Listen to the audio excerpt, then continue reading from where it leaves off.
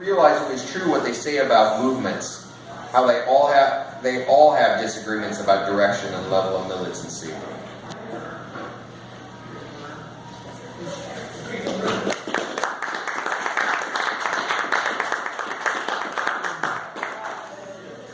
Great. Good job. Thank you.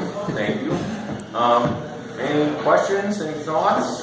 There's a lot of things going on that people have on their minds. So let's just talk, you know?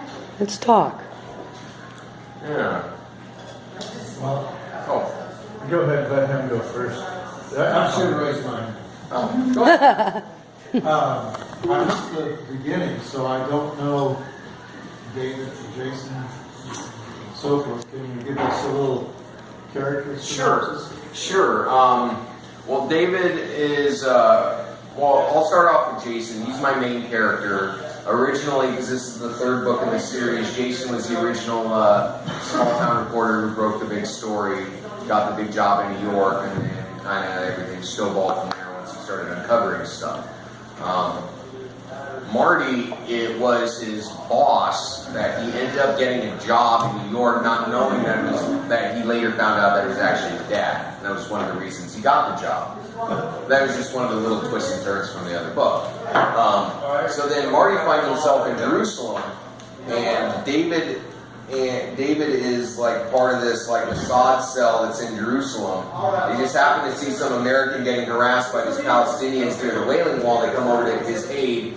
They take him back to the base, and that's kind of where that picks up. Yeah. Well, you know, the relationship between the Palestinians and the Israeli people, they had a treaty in 1967. Sure. And the encroachment of the Israelis onto Palestinian land ever since then. You're probably fairly familiar with the geopolitics of that. Do you think that naturally the nation of Israel is going to grow in population and have means to grow beyond what limited borders possibly that they had been assigned to?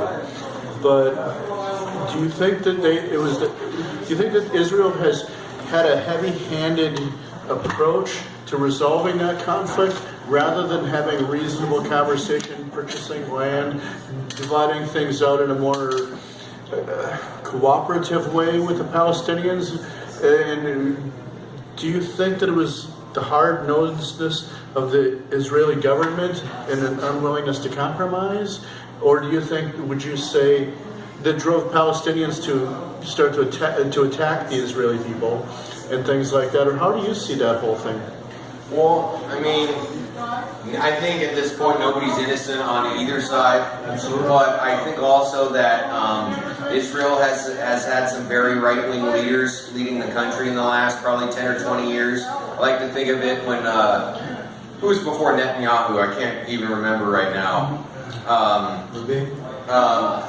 No, I can't think of the guy's name. But when he was in office, even when Netanyahu was very conservative, I almost like to think of them. It was like Israel's Bush and Cheney, where you know it. Make him an appointment. Make him an appointment. Yes. But yeah, no. So it was like where Bush and Cheney was leading, and so yeah, it was very right wing. They kept extending the settlements further, deeper and deeper into the West Bank. You know, chopping up the land, making it zigzag back and forth, going all which way. So yeah, it was very much inflamed. They stopped talking to each other. And neither side is right. Neither side is fully right. So they had treaties with one another.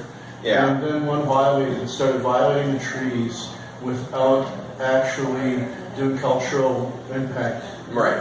Sensitivity, I suppose I'd call it that, you know. But I think our position right now, like with Standing Rock, for example,